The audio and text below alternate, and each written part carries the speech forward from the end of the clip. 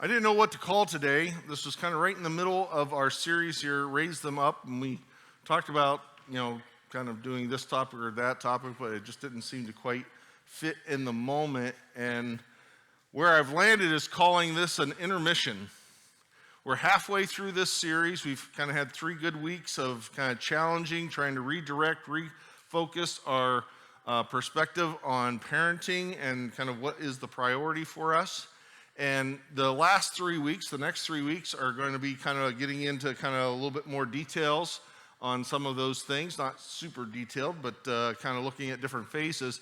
And this felt like just kind of a week right in the middle that was right for us to pause for a moment. Because one of our dangers is that all we do is we take kind of the Christian content about parenting and we put it onto the same cart that we have from the world of going, okay, this is how to be a perfect parent. You're not going to be the perfect parent. And that's not even what I'm trying to necessarily get you to be, because you're not going to be perfect. Do I want you to improve? Do I want to be better? Absolutely. And we need to make some corrections. We need to grow in our abilities and taking that responsibility seriously. But there's a key difference between how we do parenting and how the rest of the world does parenting. And that is, we're not on our own. We are on this journey with God's help. He is the one leading us forward as parents. He has given us this responsibility, and He walks alongside of us. And I want today not to be about how we can fix our kids, but for us to take a pause and go, what does it mean for God to walk along with us? So I want to share a quick story with you. It's an Old Testament story. You're probably familiar with one of the characters, although he doesn't really do a whole lot in this story. This portion of his story is pretty small, or pretty unknown, I should say, not small, unknown, so you might not be familiar with it. It's in the book of Judges. So this comes from a time when the country of Israel are just kind of, it's tribal. Everybody's kind of doing their own thing, and God's like, hey, don't forget about me, stick to my ways, right? I want to bring blessing. Well, they just kind of get on the cycle. They start to go, forget this God thing. We're going to do it our way. We don't really have to follow Him. And so He gives them the consequences of that. And they find themselves into trouble. And so God goes, look, I'm not abandoning you. So I'm going to raise up a champion that's going to help you out of the troubles that you've fallen into. This is the beginning of one of those cycles. And so it says, Israel has fallen into sin, and now they are trapped by the Philistines. They've kind of been taken over. And so this is God's solution. He picks this couple, Manoah and his wife. We don't even have his wife's name, so we're just going to call her Mom. Manoah and Mom. They're nothing special, as far as we know. They could have lived and grown up in Phillipsburg, as far as I know, right? They're just kind of 2 average folks. They believe in God, they follow God, they're faithful to Him, as will be true in the story, but they're just kind of 2 average folks, except that she has not been able to have children. Now this is, they look a little oldish here, and oftentimes in the Bible we have these older couples that haven't had kids. There's no mention of how old they are, so we don't really know. Maybe they're an older couple. They might be just kind of, middle age. They might be a younger couple and just not able to have children. But here's what God's plan is. He sends an angel to Mom. The angel of the Lord appeared to Manoah's wife and said, even though you have been unable to have children, you will soon become pregnant and give birth to a son. Yay, all right, that's what I really want. Thank you, God. How about that? You're coming to help me out of one of my jams, right? You're going to help my life. But the angel goes on, he says, so be careful. You must not drink wine or any other alcoholic drink, nor eat any forbidden food. Nailed it. Every Free Methodist loves this verse. This is where you're not supposed to be drinking any alcohol. Right here. Told you.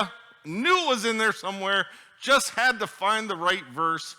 Right there, that's why we don't do it, right? Right from God's own mouth. Don't drink wine and alcoholic drink. I don't know what the forbidden food is. Probably Big Macs, but that's okay. But the angel continues. He says, you will become pregnant and give birth to a son, and his hair must never be cut. So he's going to be a hippie? Now, hippie and drinking usually kind of go together, right? What's going on here? Obviously, something else is going on here. He's not just going, don't drink wine or alcoholic drink. Don't do anything that would harm the baby, or don't do this because, it's not right to do. Something else is going on here. He's mentioning don't cut hair. Well, his last line explains it. He says, for it's going to be Samson, the strong man. Remember those stories? For Samson will be dedicated to God as a Nazirite from birth. He will begin to rescue Israel from the Philistines. I'm breaking into your life. I'm going to have a rescue plan for the country. It's not just about you. I've got a bigger plan. I'm going to bless you, but understand that this comes with conditions. This son that I'm going to give you is going to be a Nazirite. Now, that's the key to this whole passage, is what this Nazirite thing is. It's something that God designed. It was his idea.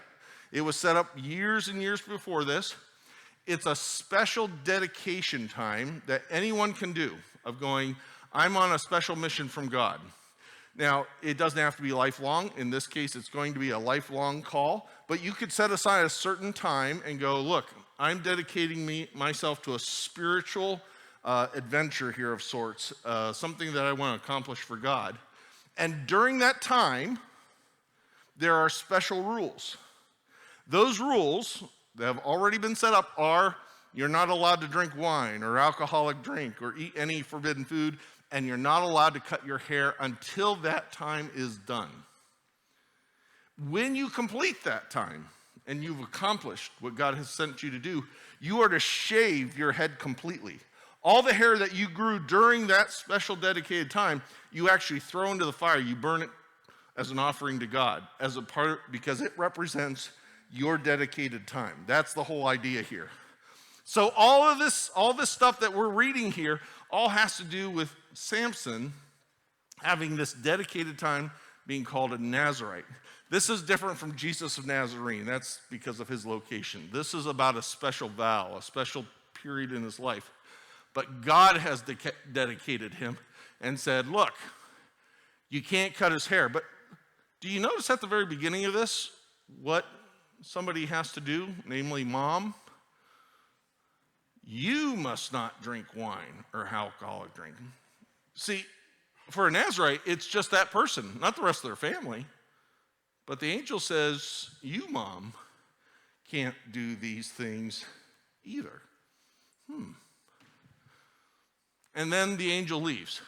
Now, I don't know if you've ever watched Little House on the Prairie. Have you guys seen that show? There's a particular scene, recurring scene that happens all the time. I refer to it as the running scene. They have these long stretches. It's like, we've got to go get Pa. And then, like, for a minute of the whole show, all you're doing is watching a kid run into the distance. You're like, I've already got the idea, but no, the kid is still running. Oh, no, he's behind a tree now. No, now he's finally out of view, and we can cut the scene. Well, this story has a parallel. We have running scenes. So mom has received this message from the angel. Manoah's not around, and so we have a running scene. She runs out to the field and goes, guess what happened? An angel of the Lord showed up. He told us we're going to have a son. And in fact, he gave me instructions about how this is going to go. She tells him this. The angel told me you'll become pregnant and give birth to a son. You must not, speaking of her, you must not drink wine or any alcoholic drink nor eat forbidden food. For your son will be dedicated to God as a Nazirite from the moment of his birth until the day of his death. And do you know how Manoah reacted? You stupid woman. I can't believe you make up stuff like this. You're just kind of coming up with crazy things. This is why we don't let women be in charge, You just make up all these fanciful stories. God doesn't do stuff like that. What are you bothering me for? I've got work to get done. No. Manoah is a man of faith. And one of the incredible parts of this story is he immediately believes his wife and goes, that's incredible. That's amazing. God has done this. He takes her whole story at face value and says, yes, God has done this. In fact, his next act is to go, he wants to pray to God and say, Lord, please let the man of God, that angel, come back to us again and give us more instructions about the son who's being born. Could we have a little bit of focus on the family? Could we have some books there? I need some parenting instructions. I don't have any kids. I don't know how to do this. Can you send them back to give me a course? We just had a series like this at my church, Raise Them Up. I want to be serious about raising my son in a godly way. Send the angel back. Isn't that a great prayer? He believes his wife. He believes God. And he goes, my heart is wide open. Give me more instructions. Everything that we would want, right, from a parent. So the scene ends, and apparently it's a few days later. We have mom sitting by herself, and God answers Manoah's prayer, and the angel shows up. And she goes like, this is incredible. But guess what? Manoah isn't there. So she goes, just a minute. And she runs. We got a running scene here again. She runs all the way to the field. Manoah, guess what happened? The angel of the Lord has come back. He's come to give us instructions. And so they run some more, and they run all the way back. The angel apparently is a very patient guy. He comes all the way back and like, whew, glad you stayed. So this is what we need to know. When your words come true, what kind of rules should govern the boy's life and work? I'm serious about this. I want to raise my son right. I want to raise him before God. I want to give me all the instruction you've got. Well, the angel of the Lord said, step one, do what I've already told you to do. Be sure your wife follows the instructions I gave her. Step two, let's review it again. She must not eat grapes or raisins. Oh, this isn't about wine and alcohol? Oh, never mind. Drink wine or alcoholic drink or eat any of the forbidden food. This had nothing to do about alcohol, as much as us Free Methodists would like it to be. And we are firm in our conviction on it, of going, let's not have that in our life. This is not the story about it. It is all about that Nazirite vow, because it's about grapes and raisins. It's not that it's worried about it's harming the baby or that this is some type of moral evil. It is simply a spiritual process that God has set out to say, I want you to show that you are dedicated to the God in this period. And so, Mom, even though you're asking about the boy, this is what you are to do. Dad, make sure this is what you are doing. It's an incredible story. 3 times we get this list over and over again. You might think that it's because somehow that list is important. Let's make sure, don't steal, don't lie, don't kill, don't, moral goods that really need to be driven home. Instead, it's the story about it's about who you are in your relationship to God and how that's going to set the course for your son's life. If we did this Raise Them Up series and only talked about this is what you need to do to your kids, we'd get some good material.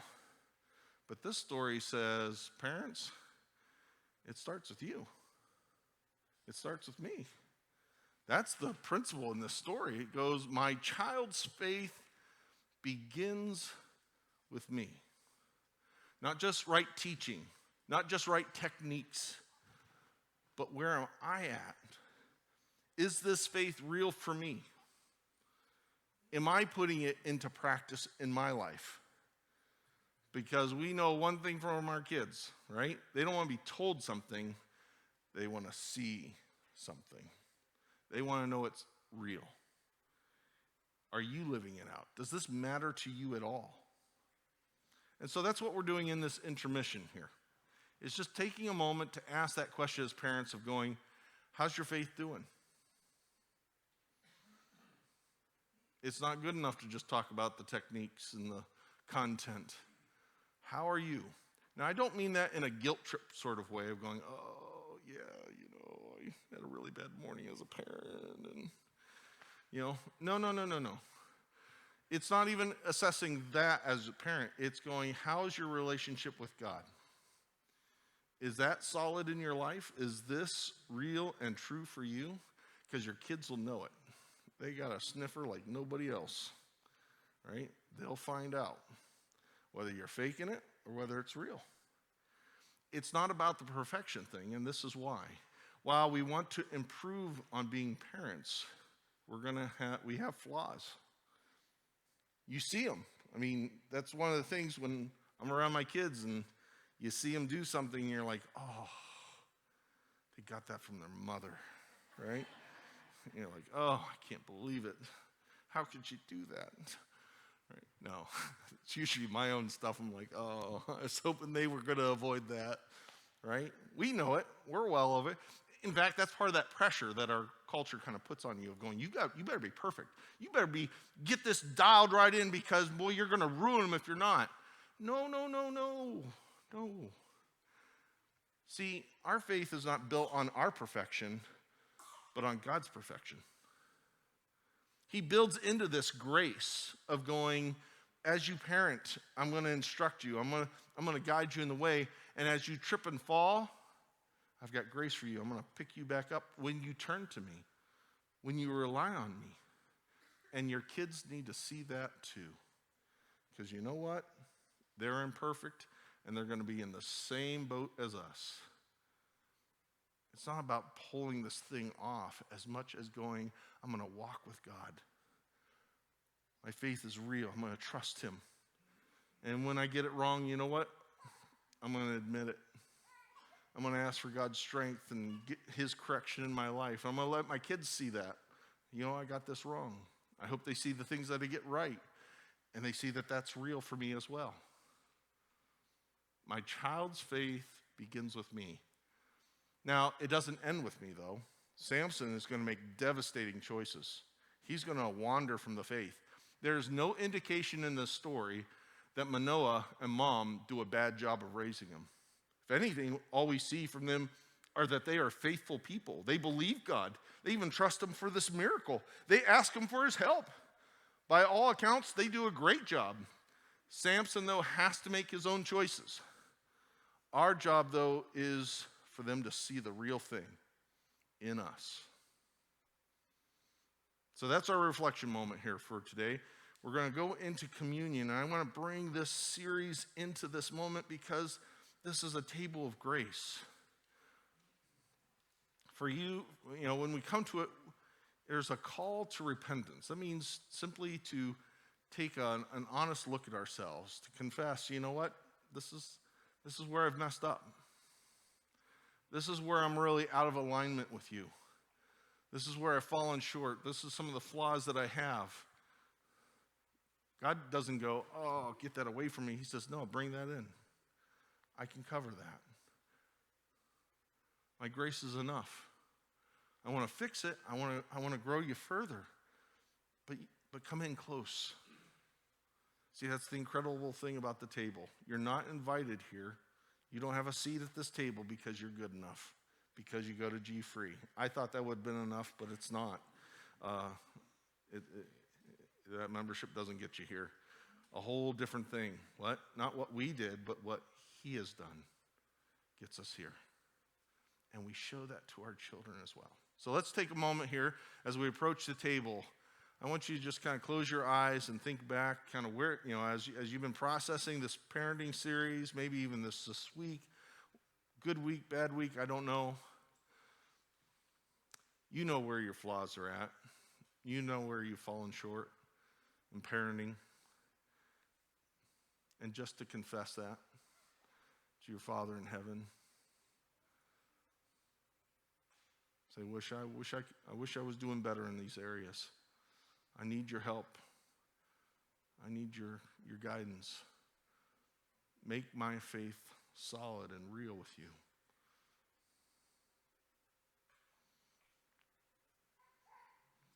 And our Father says, I will.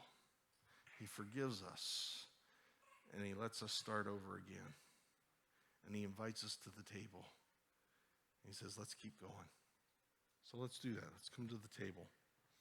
Hear our story. It's all of our stories. On the night of his betrayal, Jesus took the bread and he gave thanks for it, and then he broke it. He said, "This is my body, which will be broken for you, so that you might be made whole." After the meal, in the same way, he took the cup and he gave thanks for it as well, and he said, "Take and drink, each one of you," and he passed it around. "This is my blood, my life. I freely lay it down. No one takes it from me." He's not a martyr. He's not a tragedy. Jesus freely gave himself for you, that you would forever be made right, that you and your children would be made right, that you and your children's children would live right before God. He has made the way open through his life and death. And so we take this meal and ask for the grace for our past and his guidance for the future. I want us to do something a little bit different. I don't know if it's going to work.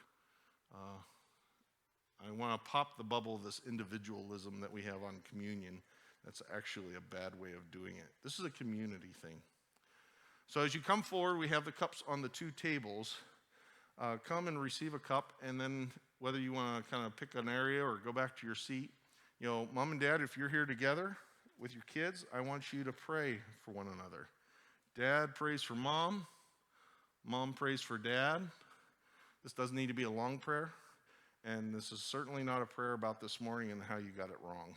Okay, this isn't a correction prayer. This is an encouraging prayer, right? Of just wisdom and strength, guidance. Pray for one another. Pray for your children right there. If you're not here with your mom, if you're not here with your spouse, gather around with somebody else. That's okay. Grandparents, pray for your grandkids. Pray for your children as they raise their kids. Like, everyone in this room can be praying for someone. You're not praying for you. You're praying for our families. Our families need help in this world. We need help.